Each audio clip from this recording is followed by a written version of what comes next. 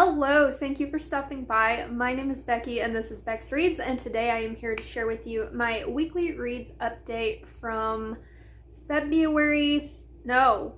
March 3rd to March 10th. This video is not sponsored by Ana Luisa.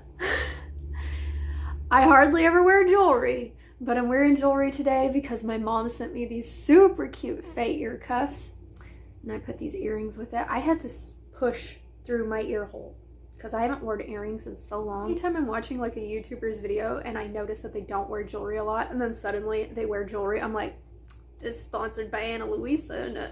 Unfortunately, I am not that epic yet. I will actually have a link to these down in the description if you want to get yourself a pair. They came from Amazon, so you know, check them out, they're cute. Let me share with you the 4 books that I managed to finish last week. The first of them was The Ship of Shadows by Maria Kuzner. This is a book that I chose to read for middle grade March. Don't ask how middle grade March is going. It's not going well. I DNF'd so many of the middle grade books that I started, and this was one that actually managed to keep my attention. In this, we were following a young girl named Aaliyah. She wants to become an explorer, an adventurer. She doesn't want to live just in her little seaside town, working at her family's like pub bakery type situation. But people are always telling her, you know, get your head out of the clouds, stop dreaming. And one day when this mysterious ship comes into the harbor, she believes that it is this infamous ship called the Ship of Shadows that is crewed by women and young girls. She gets in a spot of trouble and she ends up on the run from these people who are trying to get her when this ship captain ends up saving her and bringing her to the ship to prevent her from being like having her hands cut off because the people are chasing her because she stole something. And that begins her adventure on this Ship of Shadows that is very whimsical and magical. It's bigger than it appears to be. There are rooms that appear out of nowhere. There's like secret tunnels and things like that. And this ship is not only crewed by women and girls, but also shadows of the women and girls who were once part of their crew. And she ends up realizing that the adventures that she's been hoping for her entire life might just be a little bit more dangerous than she had anticipated. I really enjoyed this. I got sucked into the story. It is a seafaring piratey adventures, and if you don't know, I do tend to enjoy those types of stories, so it was no surprise to me. I love the diverse cast of characters. They're different age ranges, different ethnicities, different backgrounds. I loved the magical ship itself and just like the whimsy of it all. It gave very much like Indiana Jones meets Pirates of the Caribbean meets The Mummy a little bit.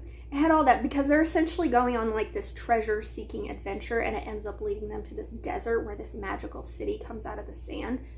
And I loved it. I also really liked that the characters felt older than middle grade characters. In fact, I can't even remember if Aaliyah's age was mentioned in this book. I want to say she's probably like 12 or 13, but she could have easily been a 16-year-old character. Really enjoyed this.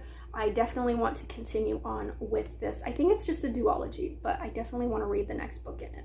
This was the one win so far for middle grade March for me. I then took like a device detox day where I didn't want to look at any devices. I didn't want to turn on my TV. I didn't want to touch my phone. I didn't even want to turn on my tablet to read ebooks. So it was a good day for me to sit down and reread my favorite book of all time, and that was Radiance by Grace Draven.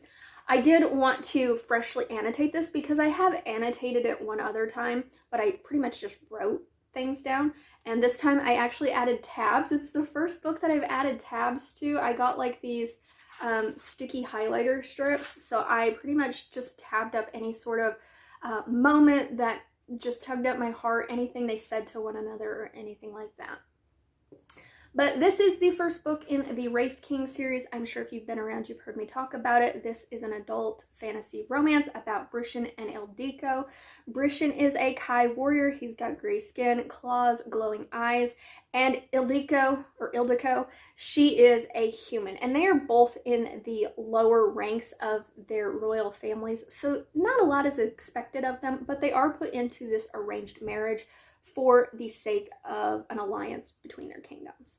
And they are disgusted by each other. Ildiko and Brishan just do not find each other attractive at all. But they are very mature in the way that they handle their relationship. It's like, we really have no choice in the matter, but let's make this work. Let's become friends. Let's show each other respect. Let's be truthful with one another. And when they do that, throughout the book, as they're journeying back to Brishan's kingdom, as she's meeting Brishan's family, learning more about him, they end up forming an attraction to one another and leading into love. And I just love this book with all of my heart. This entire series just, it hits my heart so much. I love the friends to lovers aspect in here. I love the fact that they are so mature. There is one point in this book where Brishan is hosting like a welcome dinner to another human who lives right across the border from him. And this human finds Ildiko very beautiful, and he's like, will you dance with me? She tells him, I would love to, but I'm not sure like what the customs are with my husband's people. So she goes and she asks Brishan, she's like, I don't know what the situation entails, but he wants to dance with me. Is that okay? And Brishan's like, you don't have to ask me. Go dance. And I'm just like, you two are so mature and so fucking great. I love you. Because I don't like eggs in my books. I just love mature characters who communicate well and who don't have to make things overly dramatic in their relationship. And these two just do it. They also just have such incredibly cute and sweet nicknames for each other. She calls him Prince of Night and he calls her Woman of Day. I even have my shirt on that says Woman of Day seeks Prince of Night. I love it. I love it so much. I could see why some people wouldn't like it. If you're somebody who loves your enemies to lovers and your high angst, this isn't going to work for you, because this first book is pretty character focused. There's not a real strong plot in here. We're pretty much just watching Brishan and Ildiko as they are getting to know one another and as they are learning these new roles in each other's lives. Now, the second book does follow the same couple, and it is much more plot focused, and the fantasy elements really come into play more. But this is a very low stakes, low fantasy romance with not a lot of spice. I would say about 2 chili peppers, because there are, I believe, 2 smut scenes, but they're not like graphic. They're very tender and very sweet, but so hot because it takes forever to get to them. So I love this. I love this. I love this. Please read it. The next book that I read was Star Mother by Charlie N. Holmberg. This is a book that I have had saved on my Everand account for quite a while. I really like Charlie N. Holmberg's writing. Most of her books do it for me. There have only been a few that I haven't enjoyed.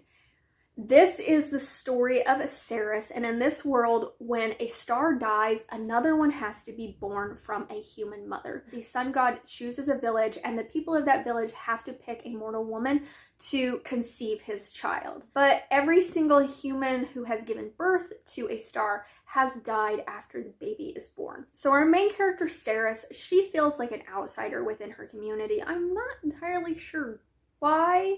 The main thing I could figure out is she is betrothed to a man who doesn't love her, but he's willing to marry her because their families agreed that they would be married. And so I feel like that's the only reason she doesn't feel like she fits in, is because this guy loves somebody else and she knows that he loves somebody else. So she volunteers herself to be the next star mother and give birth to a star, because she's like, I want him to be happy. My family's not really gonna miss me. So she does this.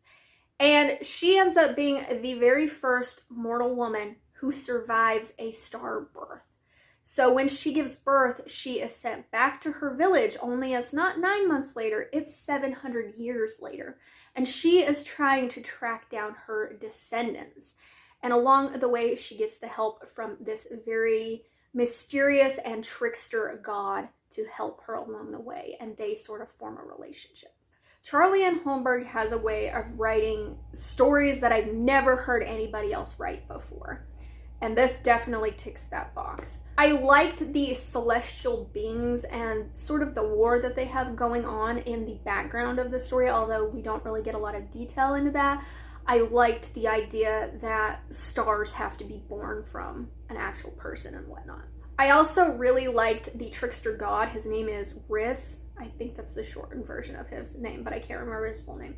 But he is a really interesting character. He's able to shapeshift into different things, and he had a really fun and mysterious personality. I wish his character would have been more prominent of a role, because he was my favorite character. However, this is one of the few Charlie and Holmberg books that did not work for me. It was too weird for me, and not like the concept, because if it was fleshed out a little bit more and I actually cared about the characters, I feel like I really would have appreciated the uniqueness of the story itself.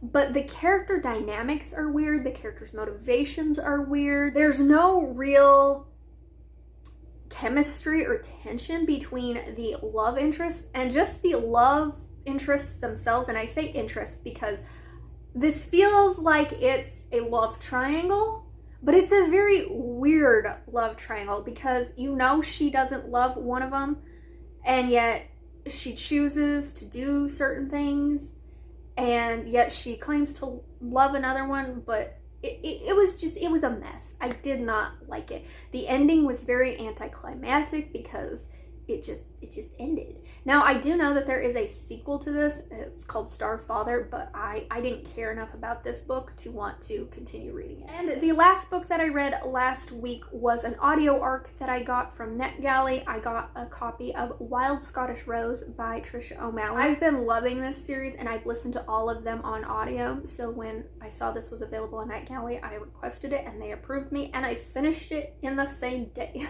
And this one is about Shona, who has a way with plants and flowers. She is working as like a wedding florist, but she's getting really tired of dealing with wedding parties. So she decides to quit being a wedding florist and focus on growing her own garden and her own vegetables and things like that. Meanwhile, she's also trying to fix up her cottage to use it as an income source for her by renting it out to vacationers. She finds out that she is the latest member within this group of people who is tasked with protecting this little Scottish village of Lauren Bray from these Kelpies who attack people if they try to get close to this hidden artifact. And she finds out that she is in fact a garden witch. And then we have Owen, who is our main male character. His best friend and him were actually there for one of the weddings that Shona was working at. And his best friend ends up being attacked by these Kelpies and is put in the hospital. So he asks Owen, who is almost like a documentary maker, to figure out what happened to him. Because he's like, these water horses attacked me, but did they really? So he wants Owen to find out the truth. So he actually ends up staying in Shona's cottage, and he's trying to uncover the truth. Meanwhile, she's told to keep him from uncovering the truth. And in doing so, they get closer. They form a romance. This was another win for me in this series. I love the audio narrations of these audiobooks. I love the cozy, low-stakes setting. I loved the humor in this one. This one just has some mythical creatures that just had me laughing. There are these gnomes in this one. So she gets the help of this really grumpy gnome named Norman with a silent G. And she ends up introducing him to a little like girl gnome named Nora with a silent G. It's so fucking cute. I don't know how to tell you. It's just cute. And then there are also these hedgehogs in this story as well that they call hedgies. So stinking cute. And she actually ends up taking in one of these hedgies because Norman, the gnome, is trying to build a hedgehog army for her. And this little hedgehog isn't the greatest at being in this army. So Shona adopts him and sort of keeps him as a pet. And he's like a little dog, I tell you. And the way Owen treats him is so fucking adorable. I loved it. I also just loved the fact that she is a garden witch. This gives very much cottagecore vibes. I liked the relationship between Owen and Shona. It's a very sweet, there's only like one smut scene in this book and it's not very detailed, so not a lot of spice. But I felt like they had good chemistry. I will say the one things that I don't love about these books is there's always something at the end where it could have been avoided had the characters just been honest with one another. I mean, I get it, they're told to keep this secret from the other person, but usually it ends up being, you lied to me, I didn't lie to you. So that's like my one minor gripe about this is the fact that toward the end of the book, their conflict is the fact that they've been lying to each other. But aside from that, I love this series. I love the whimsy. I love the antics and the magical creatures and the setting. I just love so much about this series. So I'm excited to say that I am caught up once again with this series until the next one is released. So those were the 4 books that I managed to finish last week. Let me know down in the comments if you've read any of these, or if you would like to read any of these, or what your thoughts are. But if you don't want to comment that but would like to let me know that you made it to the end of this video, could you leave me is there a gnome emoji? If there's not, leave me a plant emoji. And with that, thank you so much for watching, and until my next video, happy reading. Bye.